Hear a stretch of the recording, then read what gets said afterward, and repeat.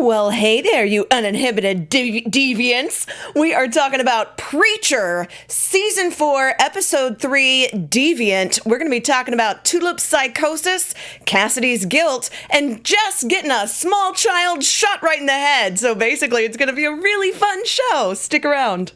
You're tuned in to AfterBuzz TV, the ESPN of TV talk. Now, let the buzz begin. Hello, everybody. Welcome to the AfterBuzz TV Preacher After Show, where we are talking about Season 4, the final season of Preacher, Episode 3, Deviant. And I am very excited because tonight's show deviates from last week, and then I'm not here by myself anymore. Yay! I'm actually here with my best friend, writer, and host extraordinaire, Alex LaFosta.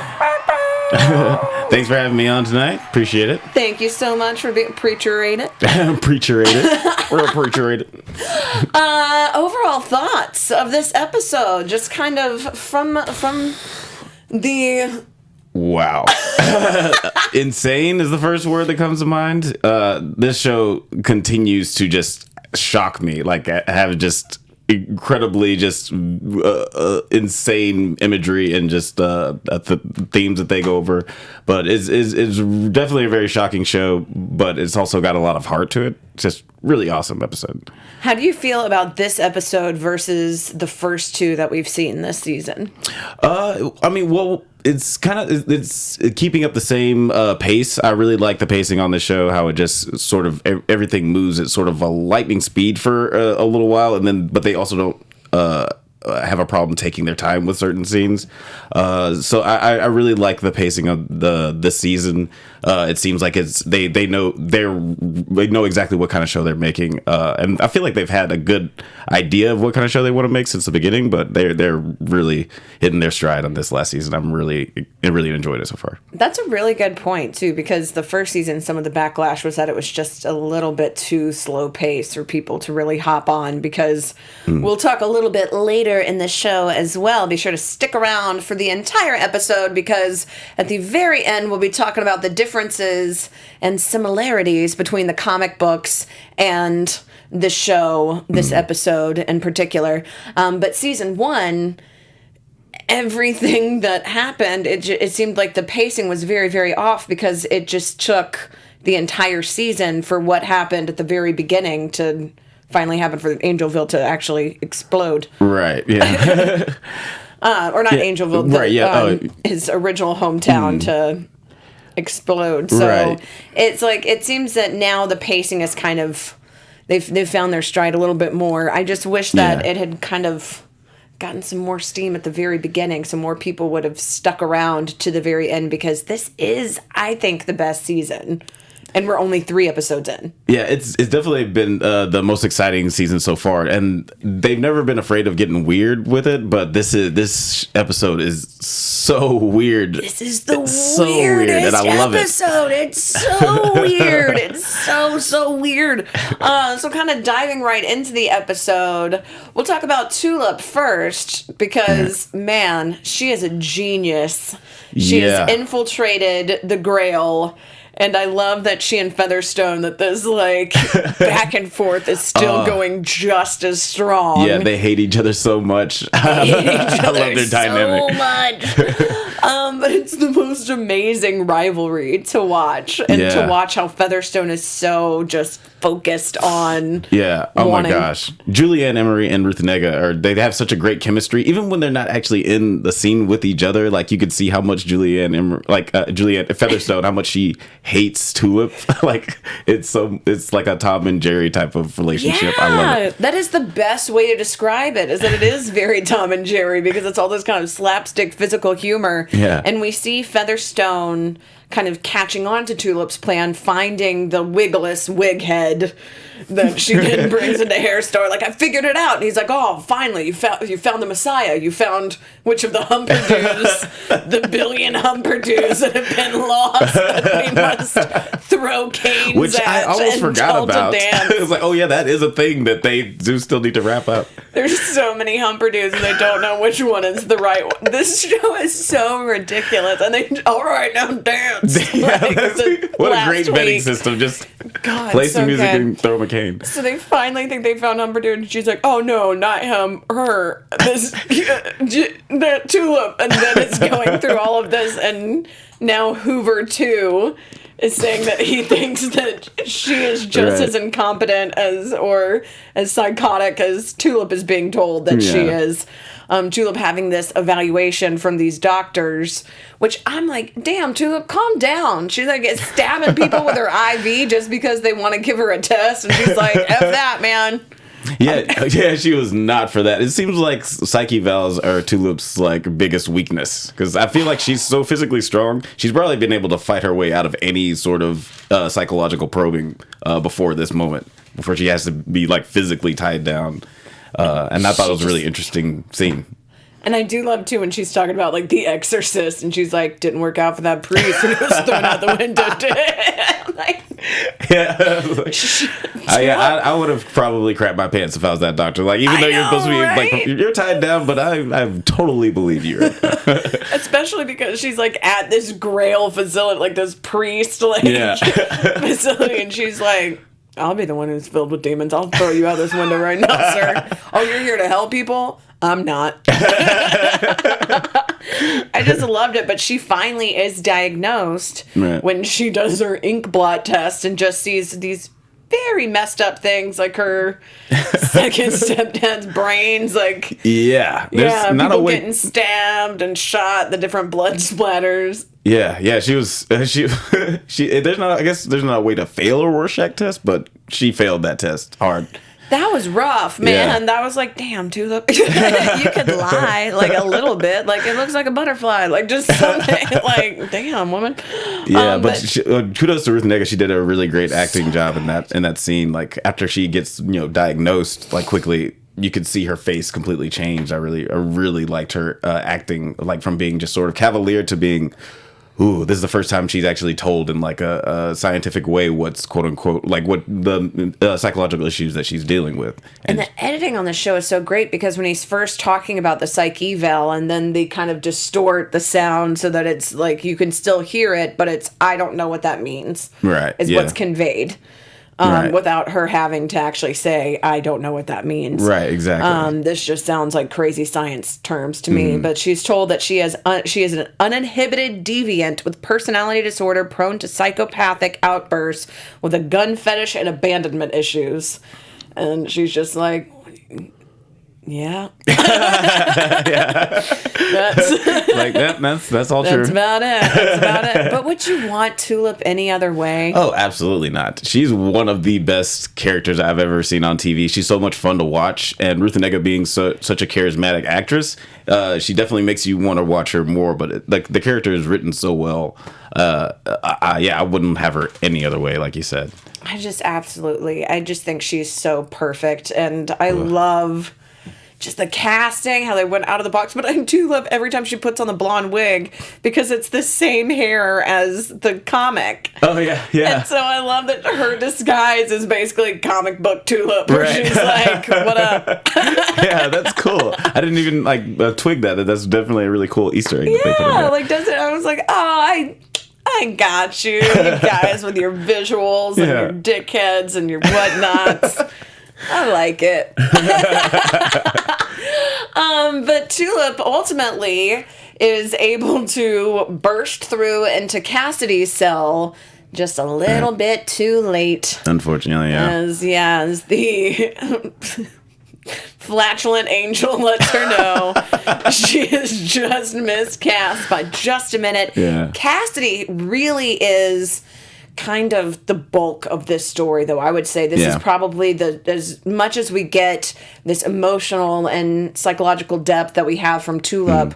I would say that Cassidy's storyline is probably the strongest of this entire episode. Yeah. But before we do get into Cassidy's storyline, I just wanted to say thank you guys so much for watching the show. We absolutely love being able to talk to all of the fans here at AfterBuzz TV.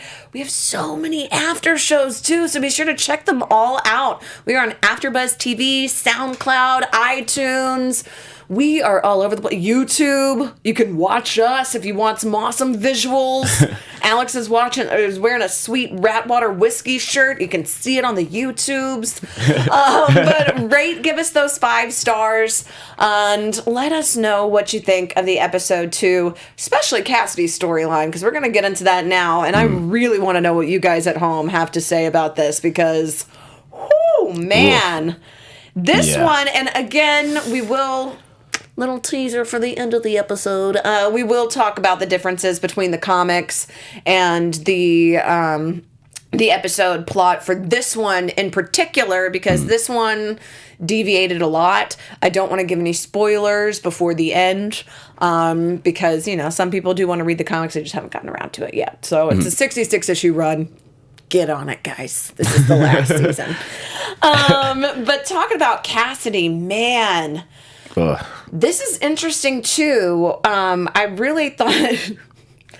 Well, first off, we have to talk about the opening of the episode and the ad that we thought was just a continuation of the commercials that we were watching, or I did at first. I was like, oh, is this just a commercial where it's like, eternity, perfection, timelessness, face cream, made from a vampire's foreskin.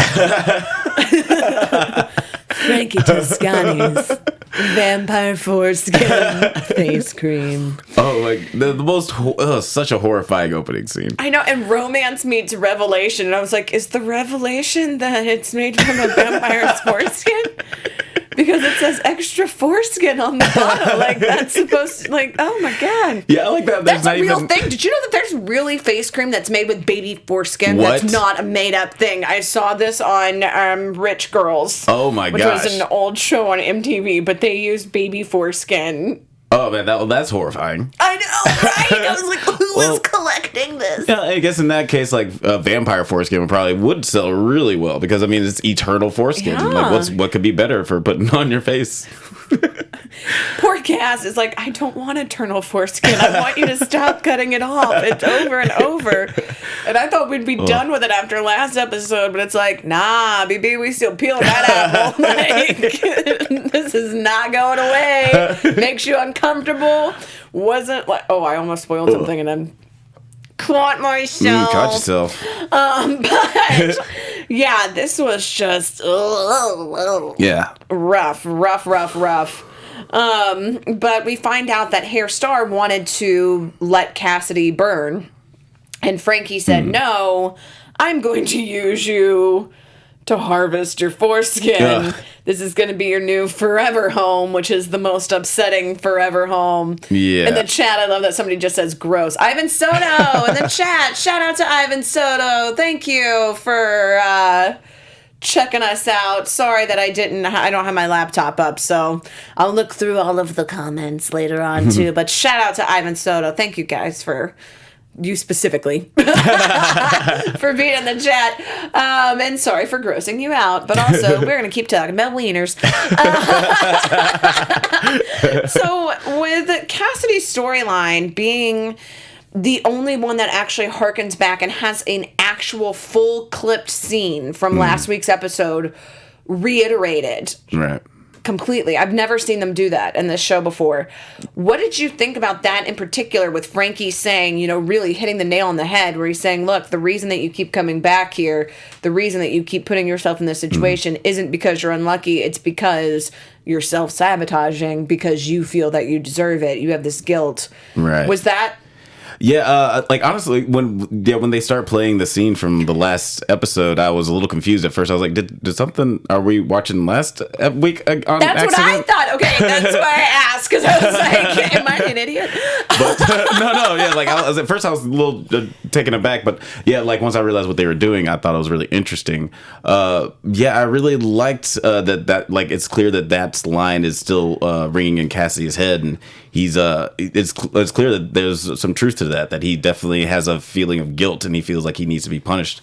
And I thought it was really interesting that as he's thinking about that and how he should be there, or he feels like he should be there, the first thing he thinks about is his life before he was a vampire, the things that he did before he was a vampire. And I thought that was very much telling, because he's a vampire for a very long time. I'm sure he's done a lot of like quote unquote immoral things that he could probably feel guilt about, but I thought it was very telling about his character that the first thing he thinks about is what happened to him before he even became a vampire. Is that the ultimate guilt is that he feels that he abandoned his family. And while we have Tulip with her abandonment issues, we have Cass reconciling his guilt for abandoning. Right. So I really thought that, yeah, that is such a great like juxtaposition with the two of those characters there. And such a good point that it's not the guilt that he feels after he's gotten his new life. It's that it's him feeling that his true family, going all the way back to 1916, is...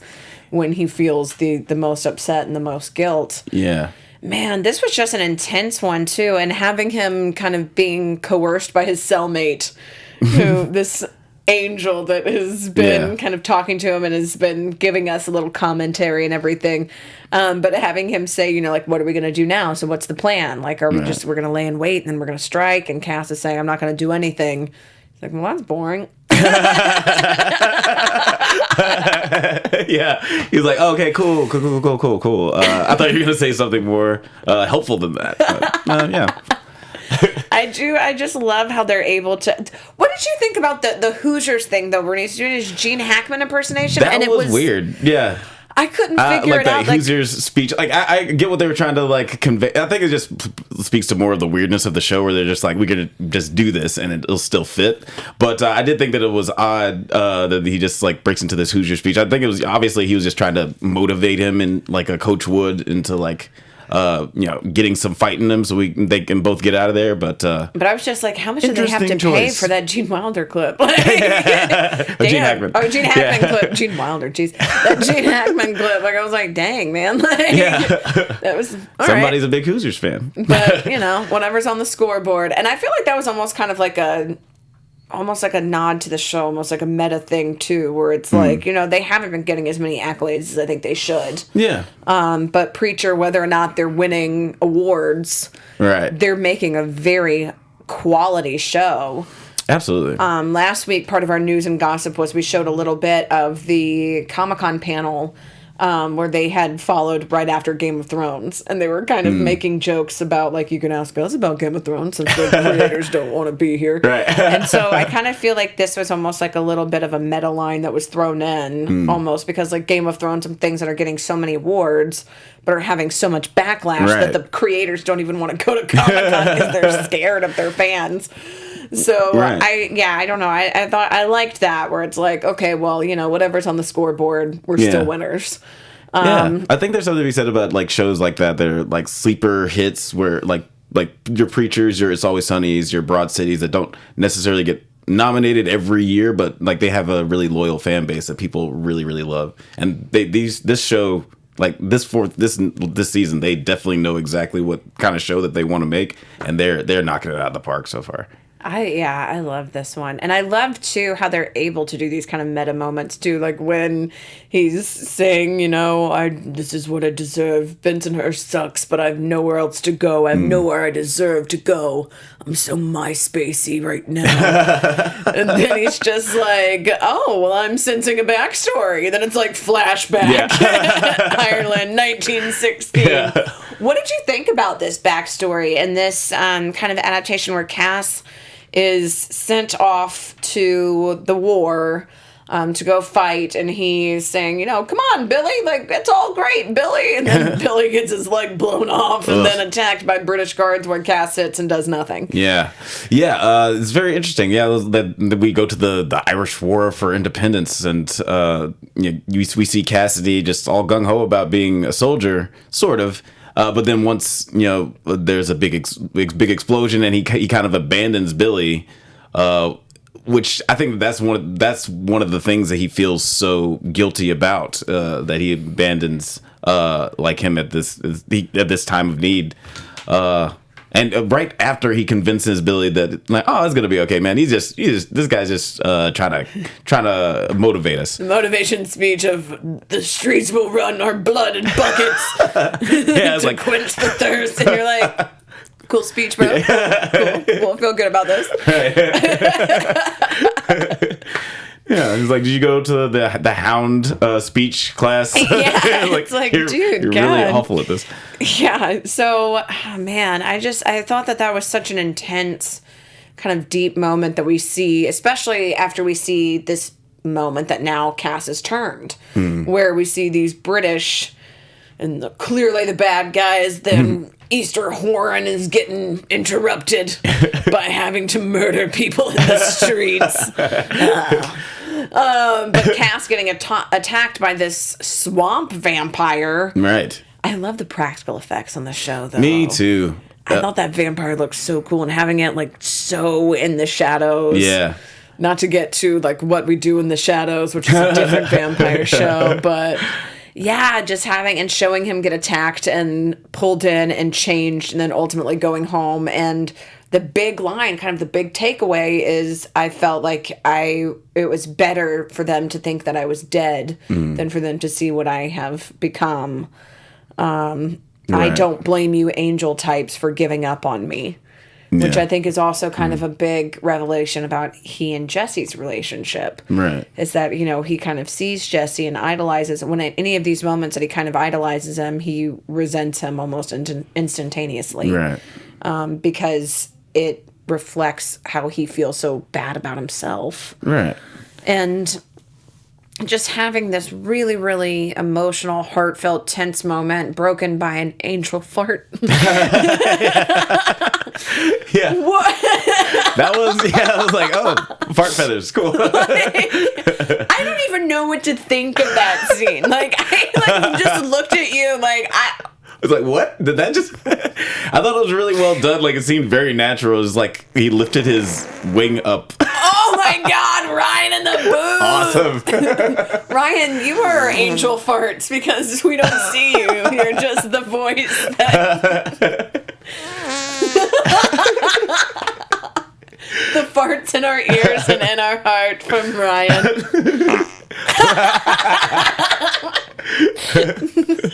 The farts in our ears and in our hearts. Ryan in the booth with the farts.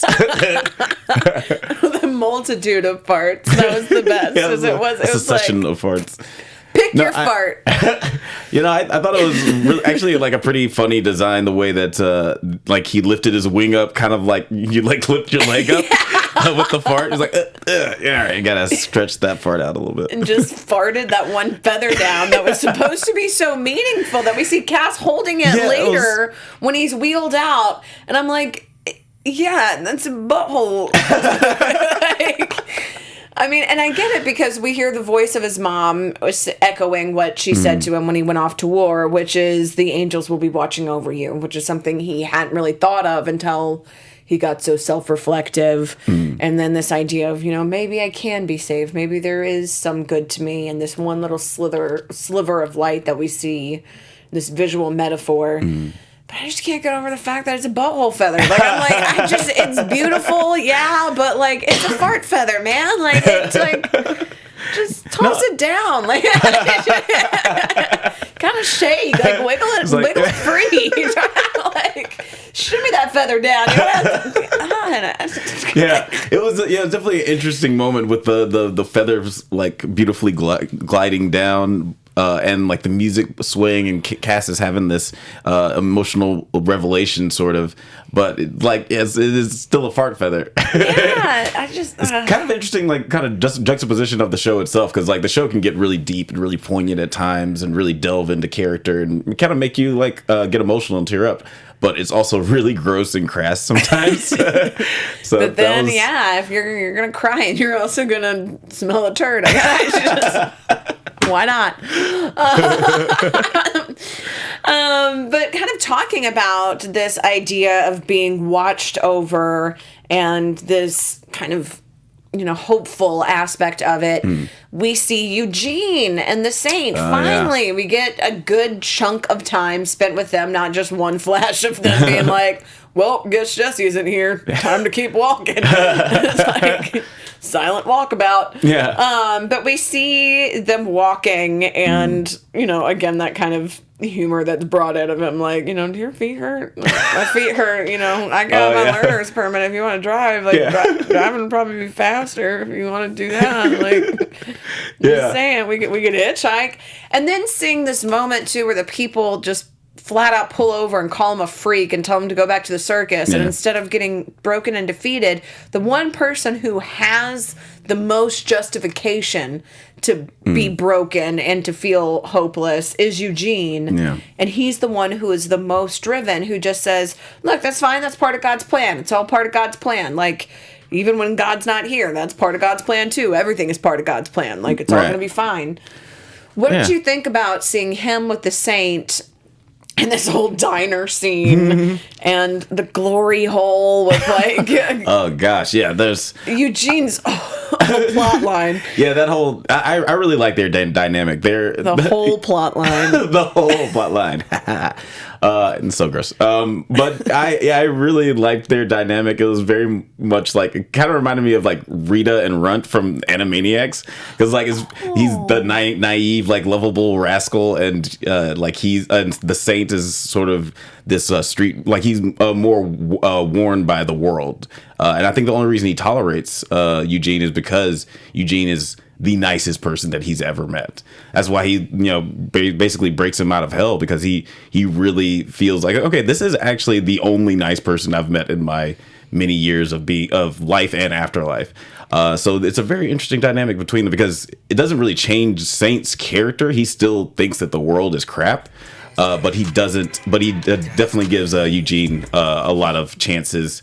Like you can tell that he still listens to Eugene about his way of seeing the world. Which is interesting, too, because the Saint has been just the ultimate nihilist through all of this. And so this kind of, I love that Animaniacs, like, reference it is. It's like Anisaniacs. Like, it's just this, like, super, like, it's like, it almost makes me think, too, of, why am I blanking? I'm thinking of the Western, Fievel Goes West, when it's the dog that's like, oh my gosh, and then the little like happy puppy that's like, it's all good, come on. So totally. I mean, it's kind of this dynamic, but Eugene needs him, and we see this dichotomy, this episode especially. I thought it was really interesting too when he is pointing out what he thinks is God's plan, and while they're just kind of, just chilling and talking at the diner after he orders his chicken shake and turtle pie that's probably better than whiskey, I bet. It's like, God, Eugene, he's just cute and sweet. Like, don't kill everybody in this diner, please. Like, just have some turtle pie. It'll be delightful. Like, kudos to that actor, because he does such a great job of playing naive. Because usually I don't even like naive, like so naive, they're kind of stupid kind of characters. But he plays him so well, and he's just so happy and earnest that I love seeing him, especially his dynamic with the Saint. They're just like a great duo. I loved it, but the idea when he points out, you never told me why you were looking for Jesse, and he's like, Jesse sent me to hell, and he's like, me too. Right. And then seeing the difference in how they approach, where they're like, oh, well, we're both looking for Jesse. That's probably why God put us on this journey together. And then he immediately is like, you're not going to hurt him, right? Because the Saint is looking to kill Jesse and get revenge. And all Eugene really wants is a sincere apology. Right. So I'm interested, and we'll talk a little bit more about this in predictions, but I'm interested to see what you think about what is going to ultimately be the showdown when they finally meet, and whether or not Eugene will be getting that apology, or if the Saint's going to be getting that pound of flesh. Right. Yeah, you can definitely already, like, they did a great job in those couple of scenes showing the different way they approach situations. By the way, best line of the whole episode, Sex detectives. God, the sex detectives. That was, oh man, I could not stop laughing when they said that. I was like, oh, what's going on? Sex detectives. I thought that was great. But you could see like the way that they both approached that situation, Eugene being very kind and trying to talk to these people and let them know what happened and understand the situation, and the Saint just killing them. And so I'm very interested as well to see how their contrasting viewpoints come to a head when they actually catch up to Jesse. And ultimately, I mean, too, in this situation, Eugene would have been hauled off to an orphanage and put in, I mean, for what was clearly a misunderstanding, where he's just like, you want some toilet paper, man? He's like, I can't understand you. Just put your, oh my gosh, yeah. God. And Eugene's like, so you can hear me better, man? Like, basically, like, what's up? Oh, that's convenient. A little talking hole. Eugene is so nice and naive. He almost like tricked himself into the most traumatic situation that he would have had in his life. God, well, I mean, probably not more traumatic than being in hell, actually. That's probably a little worse. That's still pretty traumatic, Man, though. I don't know. Rough Fact that the guy driving, we almost feel vindicated that he's shot in the head, because he's like, hey, man, can you move over to the side? I can't look at your butthole face. I'm trying to drive here. I just, like, I can't. I get that's your reality, but, like, come on, man. Yeah, it's like, get it out of my face. As soon as Eugene moves, the Saint caps him right in the head. So, I mean, he basically, he saves him from what would have been another hell on earth. Yeah. So they do kind of need each other. It's like it keeps the Saint from going too crazy down banana pants and blowing everybody up full, like. Yeah, it's I'm very much like their dynamic, and like you said, they kind of need each other. I'm all for AMC, if you're listening. I'm all for Saint Eugene sitcom, just like a 30-minute comedy. I'm like, what are these crazy kids gonna get into? I'm really angry. My face looks like a butthole. We got your theme song already. It's perfect. It's brilliant. We already got you all set up. Yeah. Do your work, internet. The butthole's on my face. Oh, sorry. So anyway, talking about, though, the title character himself, Preacher. Jesse, man, this was an intense episode for Jesse. Yeah.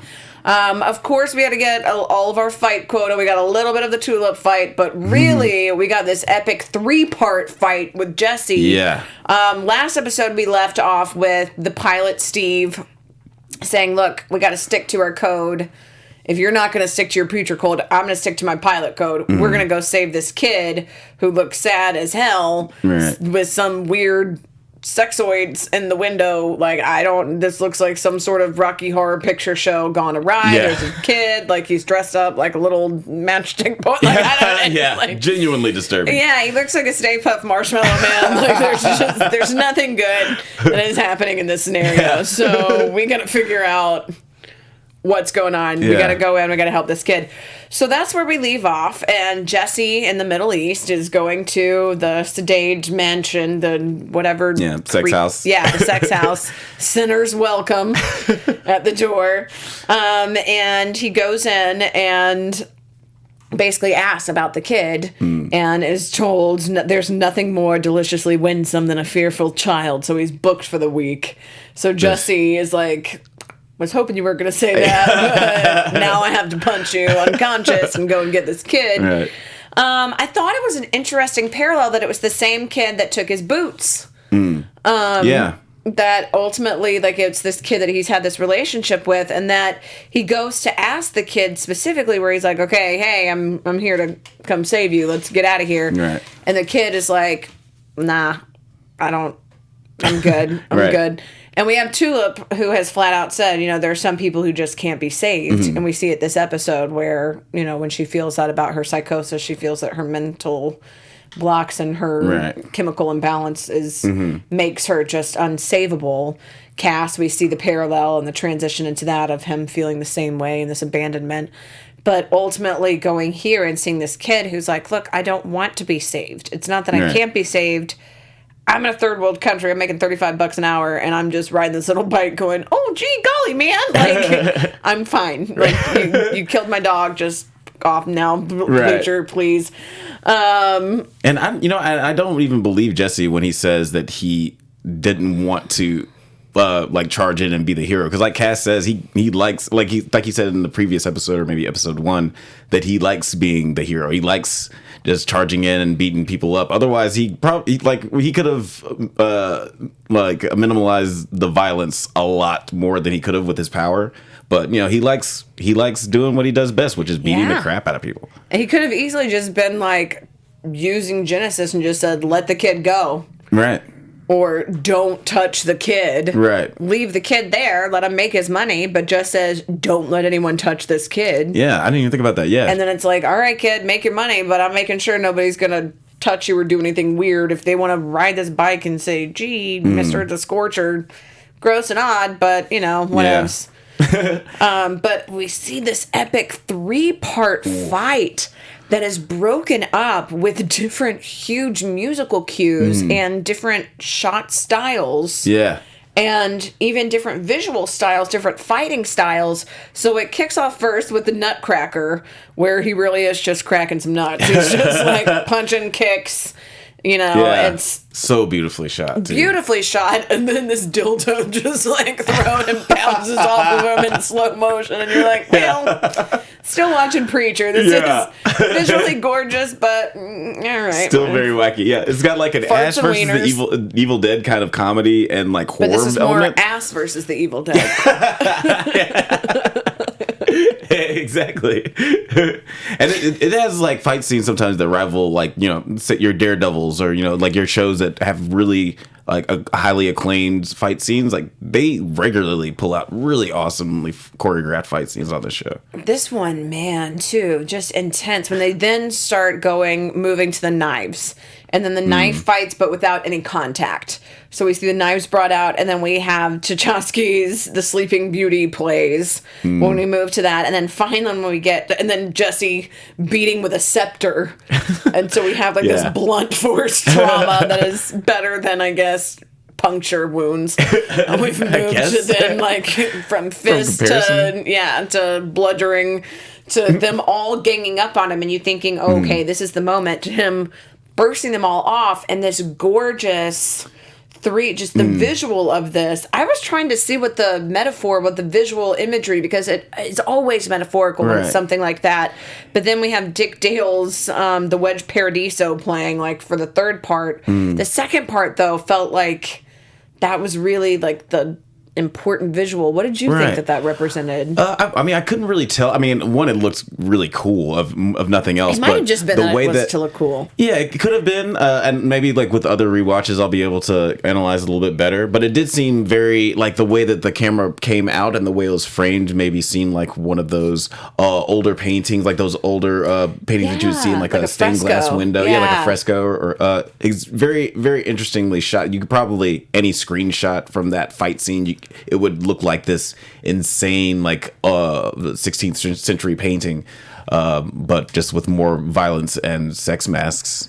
That's a good point, actually, is that it does look kind of like the classic religious art, but this is kind of like a modernized version of it. I bet that is kind of what it is that this is, the god of our current society is violence. Yeah.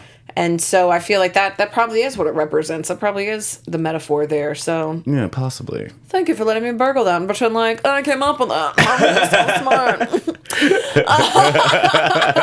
But it also kind of looked almost like a dollhouse too, which is kind of like hearkening back to God and whether or not he's pulling the strings or not, and what he's doing at this point too. But then having it then move into the Wedge Paradiso. And having the gunfights and the violence and the full-fledged, like, throat slits and shooting and, it's like it escalated to all of these points. At any of those points, he could have shut it down, but he let it go all the way up to this point that ultimately the collateral damage is the child he was trying to save got shot in the head and killed by a stray bullet. Yeah. After the kid didn't even want to be saved in the first place. After he said, look, don't do this. I'm not in trouble. You are. Right. And then... Yeah, this whole episode is full of... I mean, God is really doing a number on Jesse this episode. Every moment in this episode with Jesse, he tries to do something good, and every time he tries to do something good, someone dies. Like, the very worst thing possible happens. He tries to help the kid, and he accidentally kills the dog. He tries to keep these two people from fighting, and he ends up killing them both and their animals. Every time he tries to do... And now when he tries to save this kid, he ends up killing all of the people in the sex house and a child. So, and you know, obviously he's not considered a hero afterwards because of the way that they treated it later.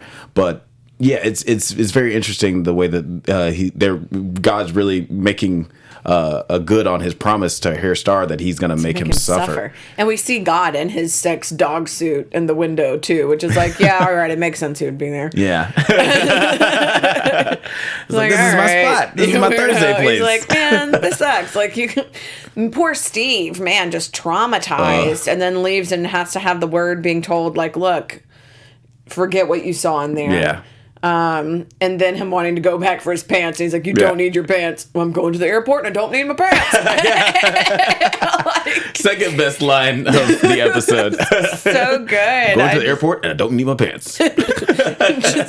Like, even I'm Pilot Steve, and that's the facts of the matter. Like, it just felt very purred happily delivery. Yeah. So that's why I think I liked it so much. So matter of fact, yeah. But we also see Jesse meet Hitler this episode, and Hitler say, look, I want you to come back to hell and rule with me, and Jesse's showing, look, I have this power that's so strong I can make you kill yourself if I wanted, and for some reason doesn't. I'm like, it's Hitler, just let him kill Hitler, just let him die.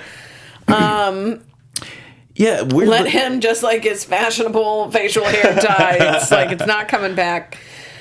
But his whole purpose is to just say, like, let me meet God. Like, nobody's gonna let me do shit. Like, I'm gonna go meet God because this is what I'm gonna go talk to God because I'm saying it. So shut up, Hitler. Weird. Yeah. I mean, is an obvious statement, but Hitler is just the worst. Hitler is the worst. He sucks so much. God. But I do think that Jesse's arrogance is gonna be his downfall. Like, I think one of the reasons all of these situations go so awry is that he knows with his power and his ability to be, kick the crap out of anyone, that he can come out of any situation pretty much okay. So I think that his arrogance in that sense is blinding him to, one, that the God is just totally doing a number on him. He'd probably be able to be more aware that God is screwing with him. I think Hitler even tries to hint to him that he's like, hey man, God's not going to just let you do that. I know that you're powerful, but he's orchestrating he's still God. Like, your God complex doesn't make God less God. Yeah, right. And I thought that was a very interesting scene between the two. And Hitler running hell, I'm very excited to see how that's going to play out. I'm interested by that. I also feel that it's going to be interesting to see next episode how it picks up with the way that this episode ends with Jesse in this plane crash or seeming plane crash. Again, the visual, the audio mixing in this is just as good as the visuals on this show. So good. But Hair Star, we see when he was talking to Hoover too about when he was crafting his letter, it's a news report that is now saying all of this is because of Jesse, showing the world like he is evil incarnate, using this hyperbole. And then the episode ends with him crashing. Right. Assumingly. Yeah, in a previous episode, isn't there a scene where there's somebody falling from a plane in Australia? Yeah, we see Jesse fall from a plane and smack down and die, which is how the season started. Yeah. So this will be interesting to see. Any final thoughts on this episode before we dive into our special segment here? No, I mean, other than it was just great, another great episode from Preacher. They're definitely working at the height of their powers this season. Really fun action, really great drama, and some genuinely laugh out loud moments. Just an A+ episode. I agree. My brilliant insight. So, if you don't want to know spoilers, then fast forward through this part. Spoiler alert! Spoiler alert! Spoilers for the graphic novel. Talking. Yeah. That was dope. 2-second dance party. Cool. God's plan. So our special segment, By the Book, where we talk about the differences between the comic and this episode, the biggest being Cass's backstory. The issue that dives into Cass's backstory, the Garth, Ennis, and Steve Dillon, Cry Blood, Cry Aaron is the name of that particular issue. But it talks about Pontius Cassidy's backstory. This is different. The swamp vampire is the same. Okay. He's still bit. However, the difference is Billy actually is not killed in front of Cassidy. He convinces Cass to desert the war. And he says, look, dude, this has gone awry. We need to get out of here. And so the two of them desert. Cass is sitting by the swamp and gets attacked, gets turned. Billy shoots the vampire in the head. Oh. The one that turns Cassidy, but assumes that Cass is dead and leaves. And Cass just lets him tell the family that he is dead. Right. But it's a little, the whole Billy violent death, getting his leg blown off, that was just for, I think, as you mentioned, to really drive home the guilt aspect. So they did change that. It's also interesting, Cass bursts into flames like 3 times. He keeps getting out of the swamp, and he keeps like, bah! And he's like, I'm just waiting until nighttime. And then finally when he does, he like goes and eats a sheep and then gets shot in the chest. And he's like, I shouldn't be dead, and I'm not. So there's probably something wrong with me because I keep getting lit on fire by the sun and I'm not dead. Yeah. So that's how he finds out that he's turned. But I think that you're 100% on the money when you said that the reason that, that he feels this super guilt is partially because of Billy. So it makes sense that they would change it. Yeah, and it seems a little more streamlined for TV. One, and then also just adds more to the guilt aspect. I think so. I think it's a good change. Yeah, I like it. Talking about other things that are good. Oh, by the way, spoiler over. Yay, yeah. Going into a little bit of news and gossip. AfterBuzz TV News. I like how you say, like you don't know what it is, because I'm definitely turning it over to you, boo. Oh, yeah, that's right. Well, yeah, so The Boys, like just been reported that The Boys, the new Amazon Prime TV show, is one of the most watched, shows on Amazon Prime now. Which is great. Another Garth Ennis adaptation. He's Ennis to win it. He's Ennis to win it. Great pun. And yeah, like another Seth Rogen and Evan Goldberg production as well. And actually, Garth Ennis said, like when he was doing The Boys comic book, that he wanted to out Preacher. So it seems like he's sort of done that with this new TV show because it's getting high praise. Preach. Preach. That's pretty. We're playing just enough that YouTube won't shut us down. Just enough to dance. Boys are back in town, but just for a little bit. Just swinging by. Got places to go. But I wanted to get a little bit of your predictions here as well before we say farewells. Your AfterBuzz predictions. Well, I predict that.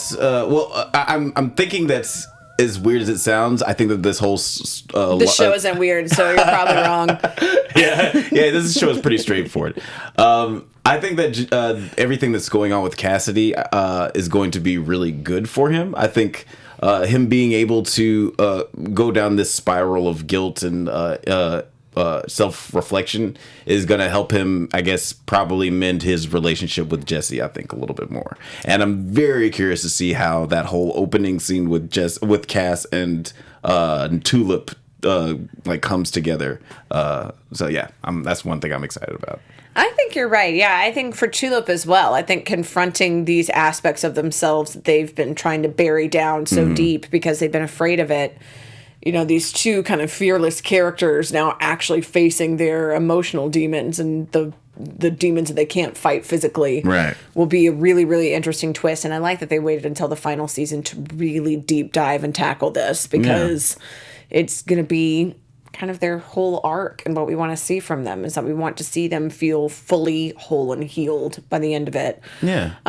Jesse we did see die in the first episode. Yeah. Quote unquote. We don't know if it's going to happen or not. But we also saw in the preview for next week's episode that he's in the raft with Pantsless Steve.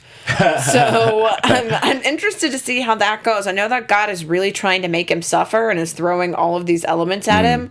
So I'm interested to see what happens when he gets to Australia. That's kind of my big thing, is that the prediction for going into Australia is going to be the big part. Yeah. And I think that also when that Eugene and the Saint meet Jesse, I think the Saint is going to start to kill Jesse and then is not going to do it, and he's going to hold back because he wants Eugene to get his apology first. Yeah. Possibly, So, yeah. we'll see. Yeah, so We'll that see. would be very, very interesting to watch. But we want to know what you guys think too, so be sure to let us know in the comments and join us next week as well, where we'll be back here, same time, same place, talking about the same show, Preacher. Alex, where can everybody keep up with you on the interwebs in the meantime? Well, on all platforms, Twitter and IG, you can find me at Alex LaFosta. And you guys can find me on Twitter at Alana Jordan and on Instagram at Alana J. Jordan. And you can find us here at AfterBuzz TV. We'll see you guys next time. Buzz you later. Our Peace. founder, Kevin Undergaro, and me, Maria Menounos, would like to thank you for tuning in to AfterBuzz TV. Remember, we're not just the first, we're the biggest in the world, and we're the only destination for all your favorite TV shows. Whatever you crave, we've got it. So go to AfterBuzzTV.com and check out our lineup. Buzz you later. The views expressed herein are those of the hosts only and do not necessarily reflect the views of AfterBuzz TV or its owners or principals.